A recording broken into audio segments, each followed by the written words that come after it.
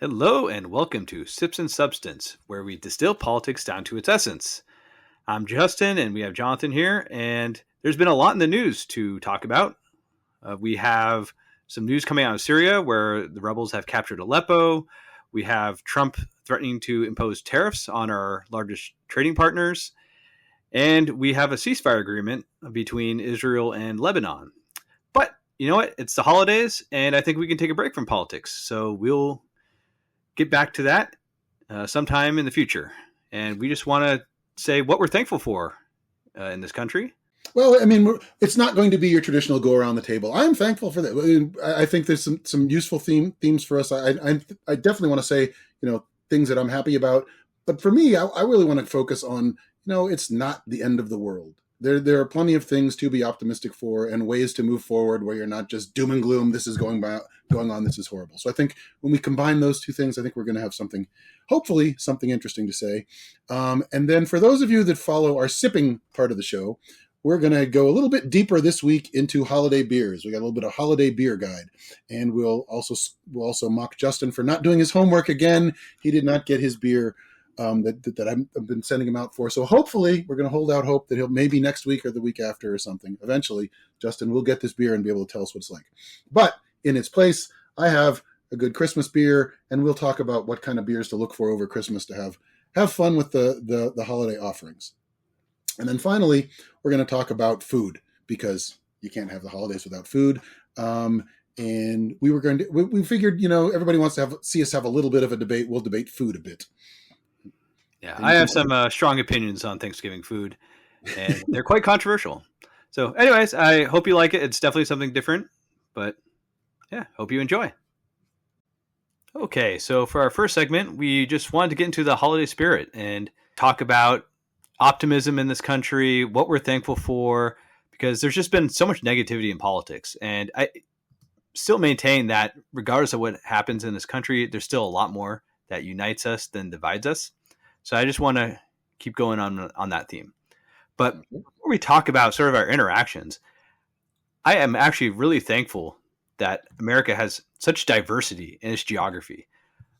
I grew up as a Boy Scout, and so I've been in nature a lot, and there's just nothing like America. We have deserts, we have swamps, we have tropical paradises, we have mountains, we have tundra. It's just an amazing place.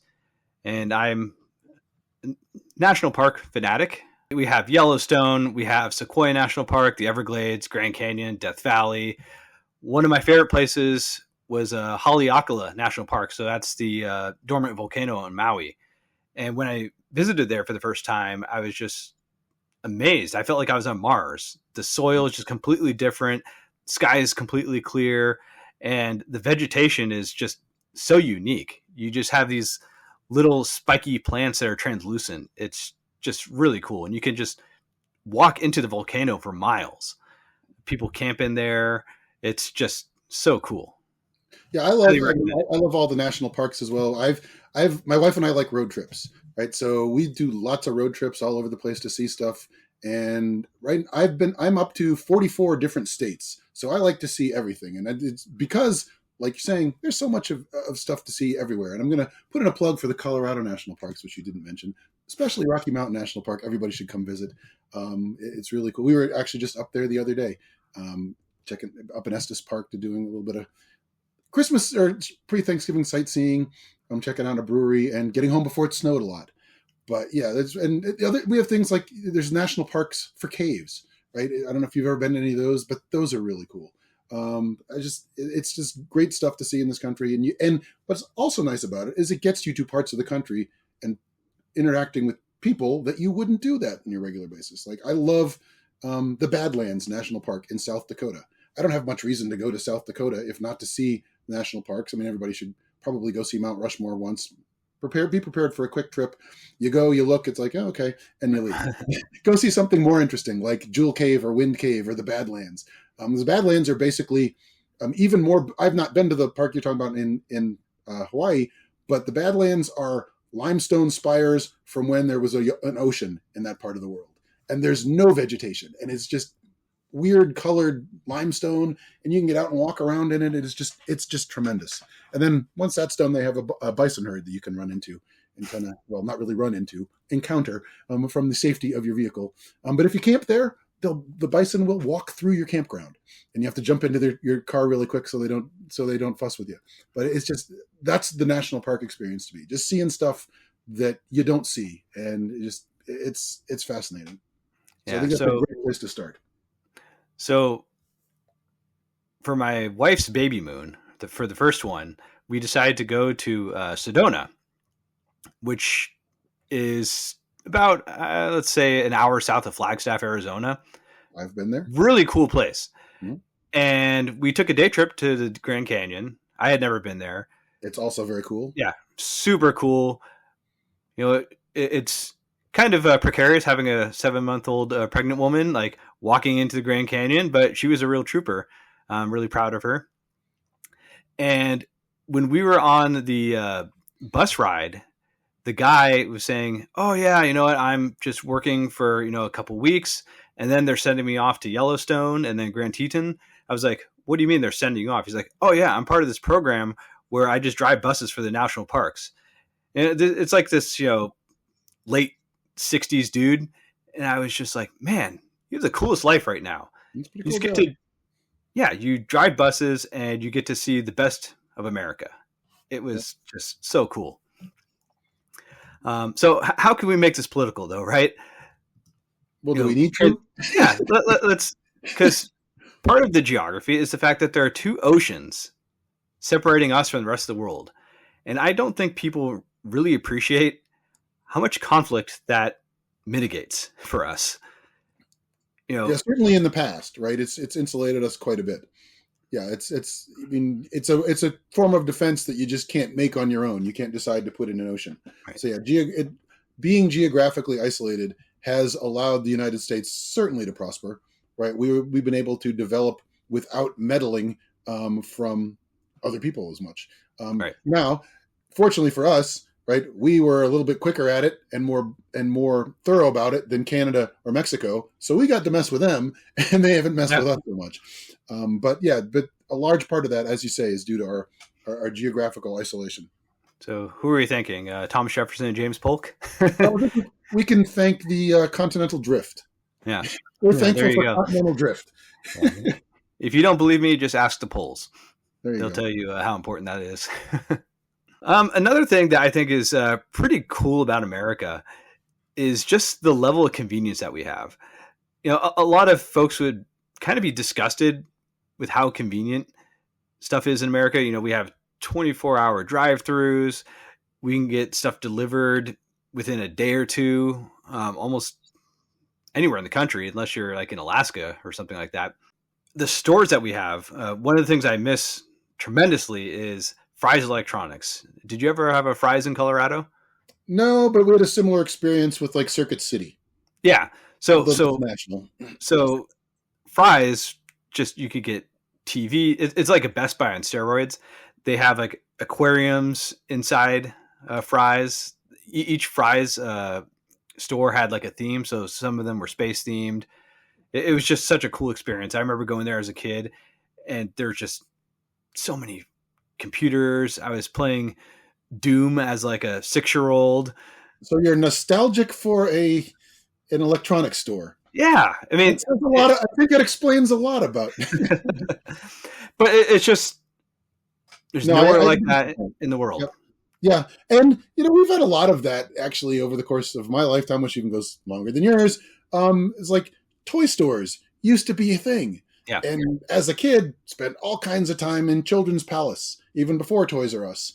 And that is the kind of thing that we don't have anymore. So that is one sort of casualty of the convenience, because you just order anything you want online now and somebody will bring it to you. But yeah, the kids, I guess, don't get the experience of going through and hanging out in Children's Palace for hours, which is probably good for parents, because that I'm sure that wasn't the best of times for my parents when my brother and I were like, oh, we want this, oh, we want that. Yes, but it was also a free babysitter, so you got to balance that. Back in the day, my parents generally it wasn't let your kids run around so much like I think you see today and stuff like that. Yeah. So, I mean, when I go to Europe, I have a great time, but then I come back to America and I'm just like, man, there's just a level of convenience that is unrivaled. The customer service is just fantastic. I don't know how they live on a day-to-day basis. Oh, I ran out of Advil. I got to go to the pharmacy at 2 a.m. You can't do that in Europe. Things are closed on Sundays. It's just, I don't know. It's just different. It is different things. I mean, when we were there last summer, and we didn't notice a total lack of convenience, but things are different. Like, we had an issue with our rental car on a Sunday, and obviously the Italian outpost of Hertz is closed on Sunday. So we're like, oh well, I guess we'll make do with what we can, and we did. But it is the kind of thing that you have to search a little bit harder. But we had the advantage of having a friend who was a local, so anything we needed, we got taken care of whenever it was. So it's different, but it's manageable. I don't think the gap is as big as it used to be. When I was in Germany in the 80s as an exchange student, everything was completely closed on Sundays. You couldn't do anything. Things have changed. They're adopting a bit more of our approach, but it is anything you want here, you can satisfy that want at any time you want, which I'm not sure that that's always an asset, but overall probably is. Yeah. I mean, it does lend itself to just being a very spoiled people.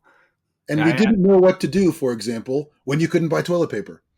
It's like, what do you mean we can't buy toilet paper? You hoard it. That's what you do. You go buy all of the toilet paper, and you find the person that has it, and you buy it all. And you sell it to your friends and neighbors for an absurd markup, right? Exactly. The American way. Mm-hmm. Now, on a more positive note, I think another great thing about America is how easy it is to assimilate. America is truly an idea. My family didn't come to this country until the early 1900s, late 1800s. And, they faced a lot of discrimination. I'm sure everyone's aware of like the hierarchy of white people and how the Irish and the Italians were on the lower end of the hierarchy. But, a couple generations later, you can't even tell the difference really. Yeah. So my history is a little bit different than yours. My mother's side, we are the full-blown WASPs. Right. We have relatives that fought in the Revolutionary War. I got a pension from the Revolutionary War, then moved west to Ohio and had a land grant because of his service. So they've been here forever, basically as long as you can be here. Right. We did never trace anything back as far as the Mayflower. I'm sure my mother would have. She could because she loved that stuff. But we're pre-Revolutionary War on her side. My father's side are Hungarian immigrants from the late 19th, early 20th century, right? And had the same kind of thing. Hungarian immigrants, a lot of them went to West Virginia to be coal miners, and then moved their way to Ohio, the Cleveland area, which is where my dad was born. So we have the immigrant side and the long-serving American WASP side. So interesting amalgamation, a little bit of both experiences on the family history. It's nice. So the American history on my mother's side is kind of fun to trace through. We've had, like I said, relatives in the Revolutionary War. One of our relatives was one of the first recipients of the Medal of Honor in the Civil War, in Steubenville, Ohio area. Right? We had relatives that were in the gold rush, relatives that formed banks, relatives that went broke in the Depression, other relatives that died in the 1919 flu epidemic. Trace through history, somebody was involved somehow. So that's fun to do. But it's also interesting to have sort of, the Hungarian connection, right? They're more recent immigrants, so Hungarian food traditions or something in our family, stuff like that. It makes for an interesting combination, I think. And I think it speaks to your point, as your parents had experience, where people can come from diverse backgrounds and, just kind of get together. And I think that that's a really nice opportunity that we have here. It's like, for Thanksgiving, we had one of my best friends who's an Italian guy. He's married to a woman she's born in the United States. Her mother is a Mexican immigrant, and her father was a Mexican American whose families lived in Taos for a long time. Right. So there's these weird, again, we'll use the cliche, this melting pot experience. You meet people from all kinds of backgrounds, and I think it enriches your life when you expand who you know and who you interact with. Yeah. And even from like a cuisine standpoint, right? You have Italian immigrants, they invent Italian American cuisine, right? Maybe I'm biased because I'm an American, but I actually prefer Italian American cuisine to cuisine you find in Italy. Well, I think you are biased because I'm going to go the other way.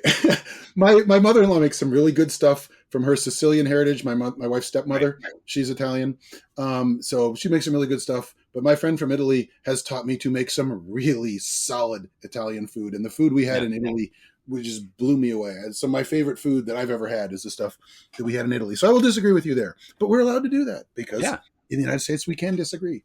But I do want to kind of build on this idea of being a common people and sort of talk about sort of my inspiration for optimism going forward, not thinking that everything is doom and gloom, and kind of building on the idea that we are a common people. We share a history, right? You may be new to the United States, but you learn the history. You know what we're about. And we have I like to think about it in terms of a narrative. We have a common narrative as a people. And when this narrative is especially strong, like say we're fighting World War II, or we're engaged in the Cold War, or we're engaged in the space race, or we're having a reaction to 9/11, right? Americans can get behind this common narrative, and we forget about the things that divide us as much. We work together really well when we have this narrative we can draw on. And it's not to say, oh, you know what, Americans are great people. We're no better than anybody else. Human nature is human nature. Right? That's heresy. Yeah, well, that's me. There's any number of ways, as you know, that I could be considered a heretic. But the idea is that it's not. American human nature is the same as everybody else's human nature because all of us come from everywhere else, right? We are people, and people are the way they are. I'm not a believer that human nature gets better and people are. No, they don't. We could discuss that some other time. But the idea for me is people can't do it. Is human nature that people want to come together. They want to have something that they can believe in and use as sort of the guiding principle in how they go about doing things. Religion does that for a lot of people, but religions are sort of by their nature diffuse, right? We have a bunch of different religions, so the religion story isn't really going to pull you together as a country, despite what the Christian nationalists might want to say, right? But what can pull us together is a national narrative. And when we don't have a strong national narrative is when I think we get in situations like we have now. We have competing narratives. And then we're going to get polarization. Oh, this is what I believe in. This is what you believe in. You're one of them, not one of us. And when we have that, we have what we see right now, right? There's no sort of impending existential threat to the United States right now. Nothing that everybody has to get behind, right? So there's these things that are kind of threats. There's like, oh, well, there's the border crisis. Oh, well, there's inflation. Oh, well, there's abortion rights. Right? There's these little things that get people worked up, but they're not big enough that they get everybody worked up. So people try to pick and choose. I'm going to focus on this, and I'll get these people behind me, and I'll make these people the other people, and we'll oppose them. And so we need to, I think, get away from that. And I think we can, because we've done it before. It's obviously not an easy or immediate solution to say, we need a new national narrative. But we can remind people that we can share a national narrative. We can all do something about that. And I think, what makes me a little optimistic on that front is that I have friends who are conservatives, right? I have a friend who's a police officer, very conservative police officer. I have another friend who works in agriculture, industrial farming, basically in Bakersfield, very conservative, right? His son, very conservative, very close with him. Right. Had another friend who passed away recently, unfortunately, but he was a very conservative guy, and we got along really well. We coached baseball together for years with him and another conservative friend. Right. And you can talk politics with your conservative acquaintances. You just can't be dismissive and an asshole about it. And that's what we lost a little bit. We've lost a little bit lately. Is that people have a hard time talking about people on the other side without basically attacking them on both sides of the aisle. And if we could maybe get past that, well, I think we can try to remind everyone on both sides of the political spectrum, both ends, that there are people, that we are all the same people. We all have the same history. We all can get together for another national narrative of something we can do, right? So have friends from all parts of the spectrum. Talk to people from all parts of the spectrum, and then go places where the other side goes, right? We've been, in recent years, my son's been playing, when he was in college, he played baseball all over the place. He was in Kansas one summer. We went to small town Kansas. had some really good times with the people he was staying with, some other families around there. Kansas couldn't be much different than it is from Boulder, Colorado. Very different place. But people, if you talk to them like they're people rather than like they're rednecks, and they talk to you like they're your people rather than that you're progressives, you can find some common ground and kind of move forward. I've been going on for a while, so I'll let you chime in before I have a little anecdote that kind of sums up my approach to this. I definitely want to echo that sentiment. And for us in America, whether you're progressive or conservative, it's love of country, right? And so I think as long as we adhere to those, basic American principles, I think we're in good shape as a country. Yeah, and I think it's useful to remember that people still want to come here, right? That's why we have the immigration crisis, however serious you think it is, because people want to come. We're an attractive country for a lot of people. Yeah. But I mean, I think you're right. We have this idea that there is an American, and if we can get past the idea of, well, you're one of those Americans or one of these Americans, that everybody who's American, I mean, there are some people that hate the country and they go out of their way to talk about how horrible it is. It's a very small minority of the population, right? And if you treat each other like, hey, you know what? You're a person. I can engage you as a person. And that's what the little anecdote I want to talk about is an experience I had in Kansas a couple years ago. During the first Trump presidency, we were at a little Mexican place in Kansas, and my wife and I were eating, and I had on my CU Buffs t-shirt. It was an odd time because I wasn't wearing a beer t-shirt, but I was representing Colorado outside of the state. And this older guy, was probably 10 years old, 5-10 years older than us, and his wife sat down at the table next to us, and he's like, "Oh, you're from the People's Republic of Boulder," right? And I knew what he wanted. I knew that he was like, "Oh, if I poke this liberal guy, he's going to fly off the handle, and I'll troll him successfully." And I'm like, yeah, we got a lot of left-wing nut jobs. They're more or less the left-wing idiots are no better than the right-wing idiots.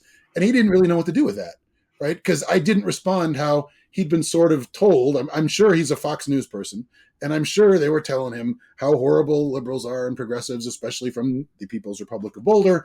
And he's like, oh, this person is not that way. And I explicitly was not that way. I mean, I could have told him, "You're just a moron, pal. What is your problem? Mind your own business. We're eating dinner." But you know what? Why?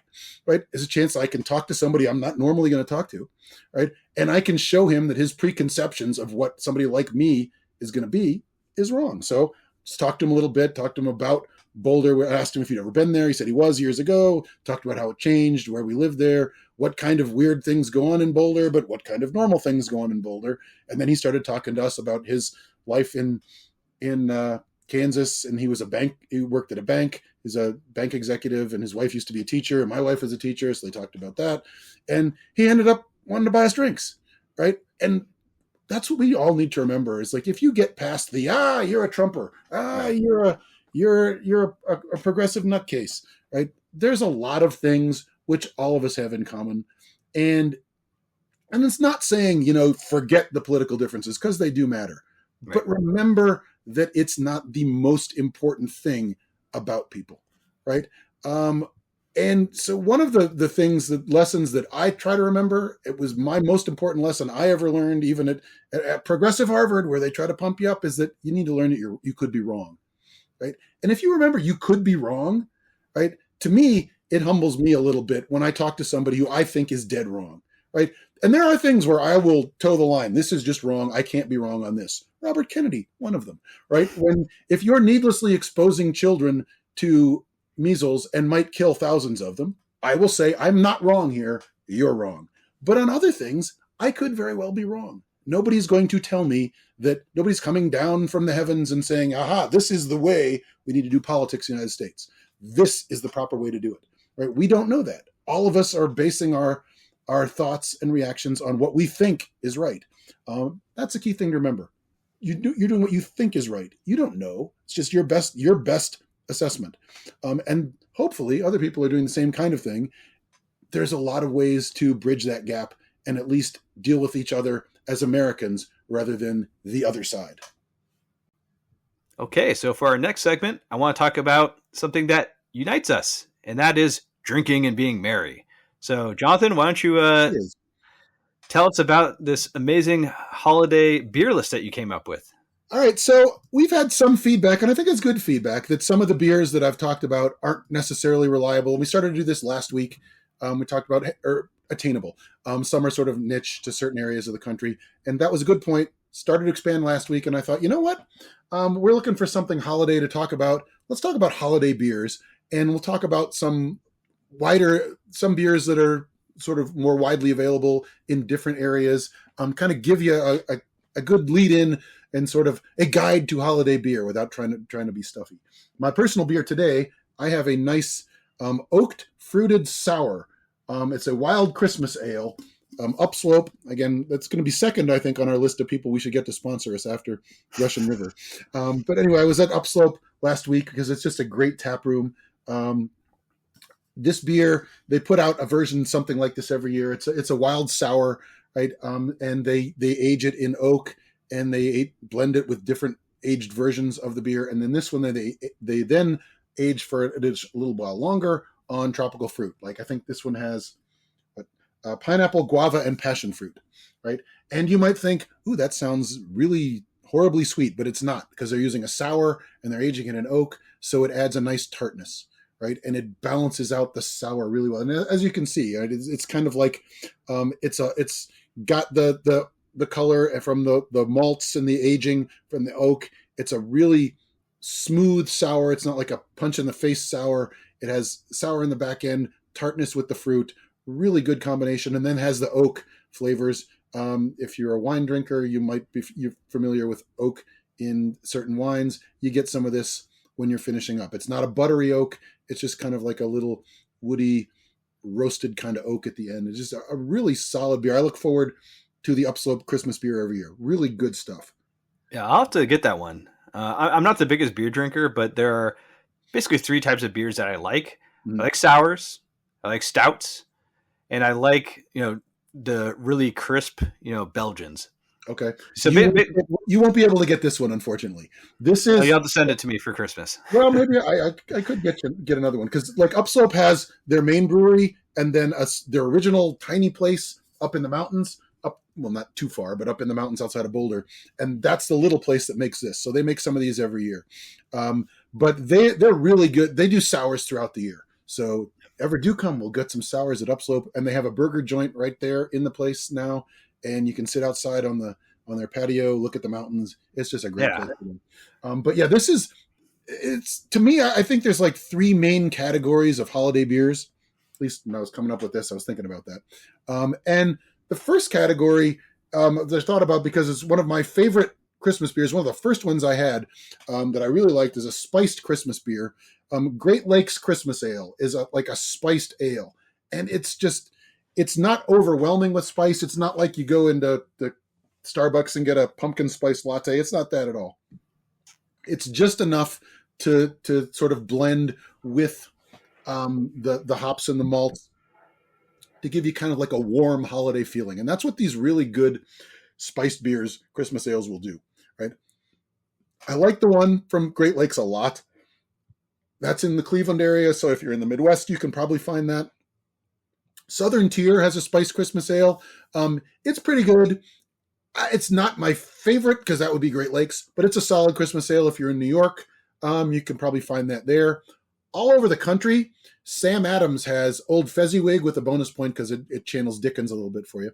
But Old Fezziwig is a spiced holiday ale, and then they have a spiced Belgian holiday, a spiced white, which is more or less a spiced Belgian beer. So Sam Adams you can find anywhere, so you'll probably be able to find that.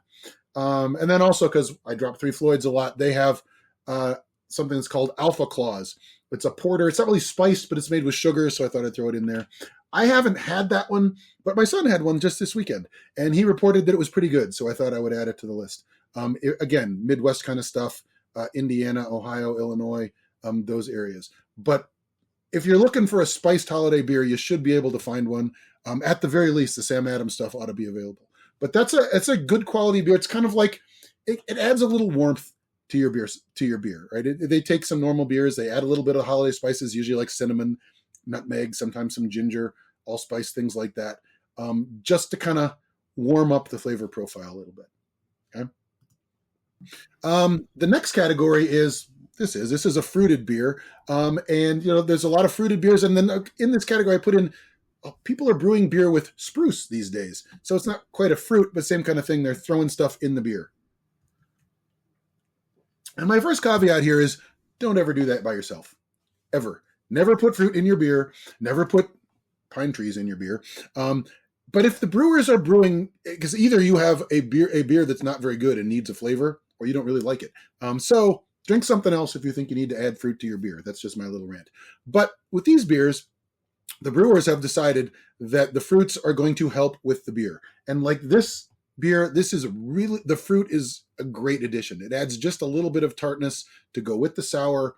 It's an outstanding beer. I can't recommend this one enough. Like I said, I get it every year. And there's other ones as well, like Victory beer. They're out of Pennsylvania.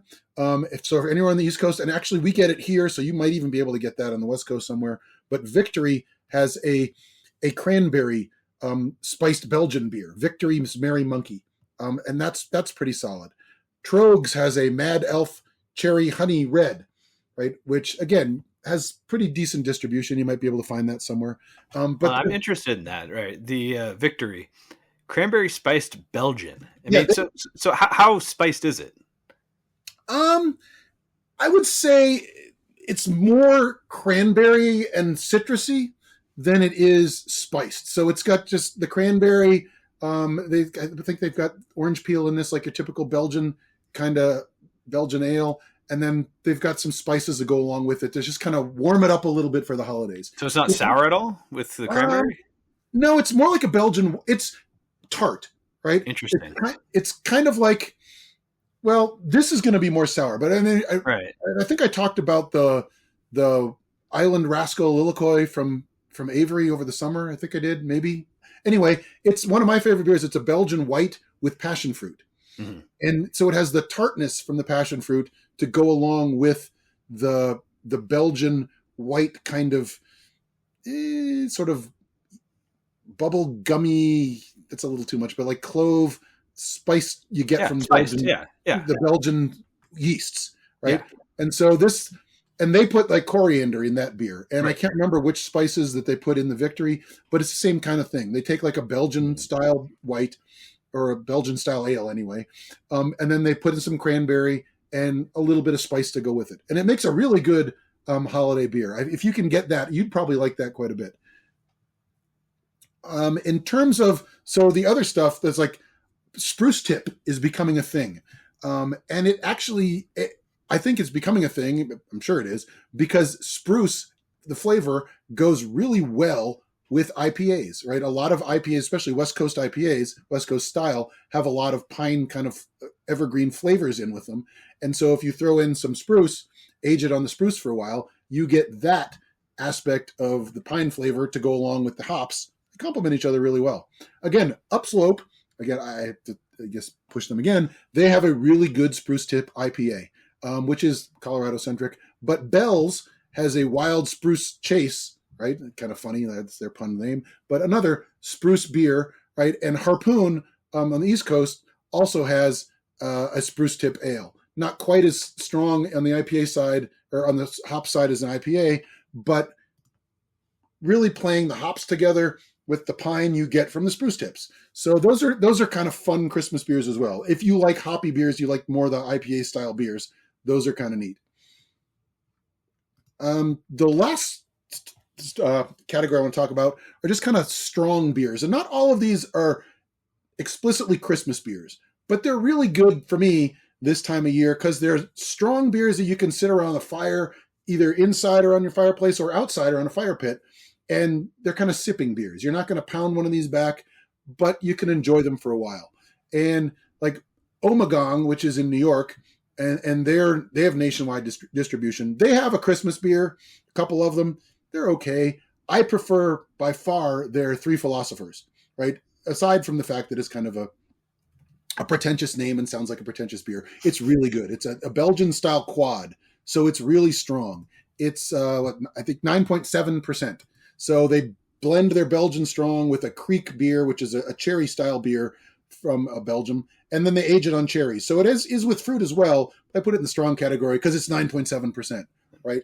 You're not going to sit there and pound back a couple bottles of this. This is something to sip with while you're hanging out with family, enjoying a fire, enjoying whatever. This is a really solid beer to that.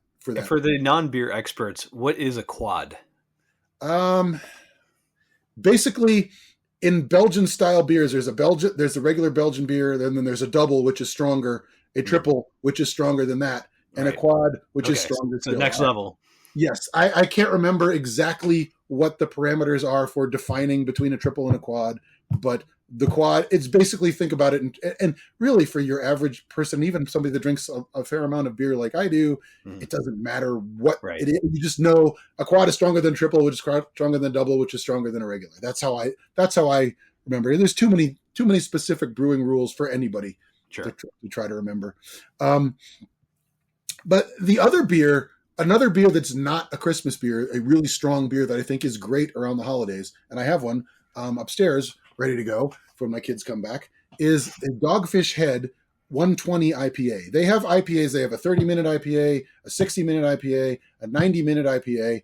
And all those are kind of traditional IPAs with just more hops, right? That's how long they hop the beer in the brewing process, 30, 60, or 90 minutes, right? And the 90-minute IPA is their traditional flagship double strong. It's basically their version of Pliny. They're on the East Coast. Russian River's on the West Coast. They always had like a friendly competition, like who can hop the beer the most. What's going on? 90-minute IPA is their flagship normal IPA. 120 IPA is not, as you would think, just the same beer with more hops. It's radically different. It's usually it changes every year, but it's usually about 20% alcohol, right? Wow. So it's stronger than most wine. It's stronger than wine, right? And it's not really carbonated. It's like a thick kind of beer. It has hops in it, right? It's almost like an elixir kind of thing. It's thick.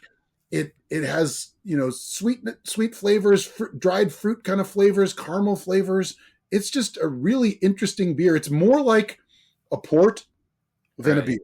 So if you're familiar with port is like a fortified dessert wine. So the 120 IPA is a little on the sweet side, but also interesting with the strong backbone you're going to get from a 20% alcohol beer. It has a lot of malts in it, right? And it's a beer that actually ages quite well. We had one a few years ago that I had a new one and one that was like 4 years old. And so we had a little vertical tasting of 120 IPA, and it was interesting to see the difference. It mellows a lot over the years, but it's a beer that you pour a little bit, you have a little snifter of beer, and you can sip it while you're in front of the fire having a good old time for Christmas.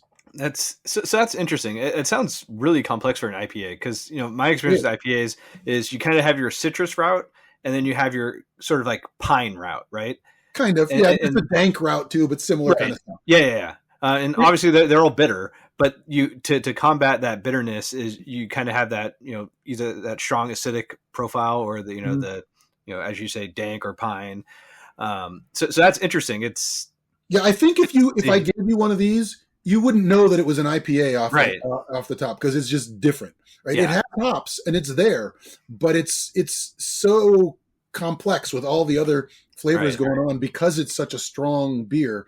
It's kind of bridges the divide between, say, port and beer. It's interesting.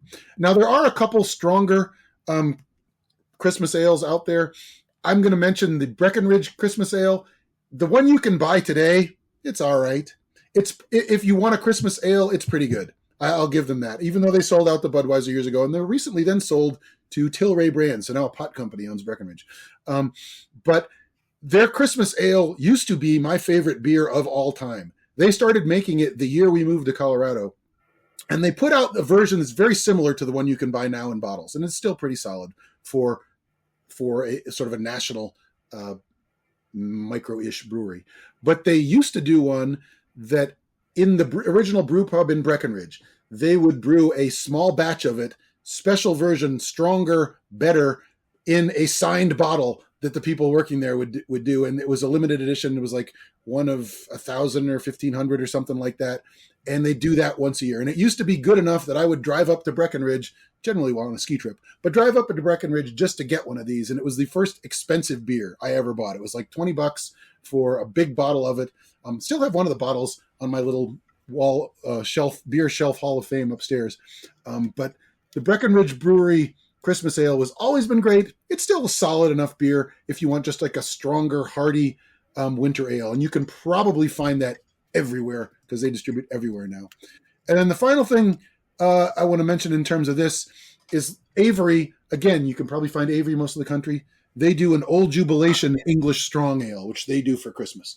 And we'll, since it's a time of giving and a time of sort of forgiveness and whatnot, we'll look past that they sold out to and recommend the Avery Old Jubilation. That's a great beer to kind of hang out and just drink with your family in front of friends in front of the fire, not trying to pound beers, but just having a beer to enjoy while you're having a nice, warm holiday celebration. Awesome. I mean, that sounds like a great list. And to our listeners and viewers, if you have any recommendations, feel free to add them to the comments, and we'll have Jonathan tell you if you're right or wrong, right? I'm never shy with an opinion about beer. That's for certain. Unless you tell me that you put fruit in your beer, and then I'll tell you, I won't even consider it. No fruit in the beer. All right. So for our final segment, I just want to do a little rant and talk about how Thanksgiving food is just not good. It sucks. I'm just not a fan. Well, I'm going to say you're wrong because you are. And it depends on who cooks the food. Like if I'm making Thanksgiving dinner, I love it because I will grant you that the turkey itself is kind of but it's a great vehicle for all the other stuff. I love gravy. I love stuffing. And I know you said you like stuffing, so you're good on that terms. But I like the traditional Thanksgiving. I think it can be a fine meal. And I've done all sorts of stuff to try to make the turkey a little bit better. I have fried it. We roast it in the oven, of course. I have deep fried it in a thing out in the backyard, worrying that we're going to blow ourselves up. I have smoked it. I have spatchcocked it, or had the butcher spatchcock it, which means lay the whole thing open, butterflied, so you can grill it faster. And it's really convenient that way. It doesn't take very long. So there's all kinds of ways you can cook a turkey. But I agree with you on that front that it's still a turkey. And, while it's not the best meal, but I like the whole meal especially for doing it with full thing. But I will tell you, and I know you already know this, we did something completely different this year. This year it was a smaller gathering. Our kids are coming home at Christmas. They're not coming home for Thanksgiving. So we decided, let's do something different. I made a sage fried chicken out of the Times. The Times had an interesting recipe. So it was fried chicken with a bunch of sage seasonings with it. And then I decided, what goes well with chicken, fried chicken? Waffles. So I made sweet potato waffles to kind of go with the idea of Thanksgiving. And then my wife made a cranberry sauce we had with the waffles. So we had chicken and waffles Thanksgiving style. That's not to say I still appreciate the standard Thanksgiving meal. I've even come up with my own stuffing recipe that I make from time to time, a cranberry and cornbread stuffing. So I do love the traditional, but I also love trying something new. And I like to, I talk about Mencken all the time as my favorite American philosopher, but I like Emerson as well. And the foolish consistency of the hobgoblin of little minds applies here. It's great, but try something different once in a while. I'm with you that we can try different things. Again, we are a melting pot, metaphorically. So do it with your cooking. Make whatever you want. That's going to be my exhortation for Thanksgiving. Don't get me wrong. I've had a good turkey before. Like a wet brined turkey is pretty darn good. Yeah. But I just don't like the leftovers. I've never been a leftover person, and you're just stuck eating this for a week. I will agree with you there. I'm not a huge leftover fan. I can have a turkey sandwich and then I'm good. Like my dad loved to eat turkey sandwiches forever. He would eat a turkey sandwich every day for the next week and be completely happy with it. I get bored of any sort of leftovers personally. Yeah. So I agree with you there. We are having leftover fried chicken tonight, but I think that was pretty good. And this is going to be good for one leftover meal. And then we will move on. Like, you know what I had for breakfast this morning? A breakfast burrito. Oh, there you go. Yeah, because a breakfast burrito is just vastly superior to turkey. If the Thanksgiving meal was so... Who eats turkey for breakfast? A lot of people after Thanksgiving. Well, I'm not one of them. I did have leftovers with my bagel today. My friend brought a bunch of prosciutto because he always likes to bring prosciutto, being Italian. So I had a bagel with cream cheese, fig jam, and prosciutto to show my snooty foodie side. But that was actually pretty good. That's a smart thing to do. Prosciutto is great. There should be prosciutto with every meal. But my argument is, if Thanksgiving food is so good, why don't we eat it all the time? Well, I have an argument against that. It's like our local barbecue joint. They do a Thanksgiving bowl, which is like stuffing, mashed potatoes, turkey, and cranberry, and they have it through the holiday season. And we've already had it twice, and we'll probably have it another time or two because we didn't have turkey on Thanksgiving. Look, if you are above 65 years old, fine. You can have your turkey and gravy dinner however many times you want. But I would rather have a lasagna, eggplant parmesan, shrimp scampi, carne asada burritos, sushi, Chinese food, you name it. There are so many better cuisines out there. Well, yeah, I mean, we are not going to make turkey this year since we didn't make it for Thanksgiving. I would, though, consider making it. I made a couple of years ago my leftovers, which I actually really liked. We made turkey with mole. So I would consider making a turkey with mole. But again, it's the accoutrements that make the turkey good. The turkey itself is just even more bland than chicken. It's like, okay, turkey. The other stuff with it is what, to me, makes the turkey palatable and sometimes even desirable. And that's another thing. The way I like to eat my food, it's very separate. I don't like to mix my food at all. So, for instance, if I have, say, beef and broccoli, I'm not eating the beef and broccoli at the same time. No, I'm eating one piece of beef, then one piece of broccoli, even though it's in the same sauce. It's just so you're basically four. Yeah, yeah. Haven't grown up. Well, you got to embrace the inner child. So sauces, do you like sauces? Yeah, I love sauces. Okay, so I like bold flavors, right? So you'd eat the turkey mole. Oh yeah, I would actually mandate that everyone have turkey mole instead of this like traditional garbage that we have. The turkey mole, I did like my turkey mole, but I love mole sauce. So again, melting pot of the United States. Yeah. Do what you want with it. It's like don't feel you have to do a certain thing. Do whatever you want, but there is a place for the turkey, but it's fun to mess with it and do different things. Well, at least we can agree on something. The people who call it dressing are wrong. No, it's stuffing. It's stuffing, even if you don't stuff it in the turkey, it's still stuffing. That wraps up what we wanted to talk about today. Hopefully you guys enjoyed it and had as much fun as we did. I think I speak for Justin, and I think I can say that we enjoyed not wading into the morass of politics this week. We'll get back to that next week, and there'll be plenty of time for that. Just a reminder to everybody, like, subscribe, tell all your friends, all that good stuff. We will stick with you through the holidays, and we will keep going in the new year. There's going to be plenty of stuff to talk about. But if we can take a break, take a step back, remember why we like being from the United States. We all love our country. We need to remember that everybody else does too. Maybe bring us together a little bit. Yeah, and to plug the sips again, just remember, eat, drink, and be merry. It's the holiday season. Have some fun.